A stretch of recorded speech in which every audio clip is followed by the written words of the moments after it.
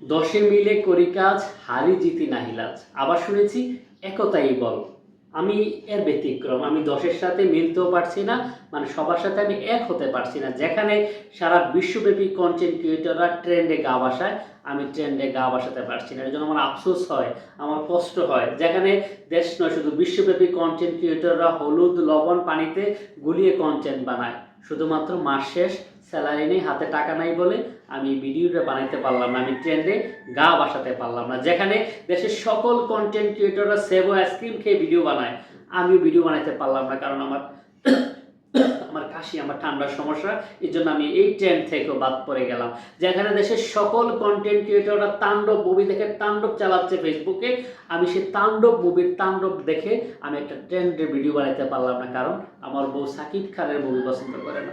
আমার কাছে না নিজে খুব অসহায় মনে হয়। যেখানে সকল কন্টেন্ট ক্রিয়েটররা ট্রেন্ডে গা ভাসায়, আমি একমাত্র কন্টেন্ট ক্রিয়েটর ট্রেন্ড মুক্ত।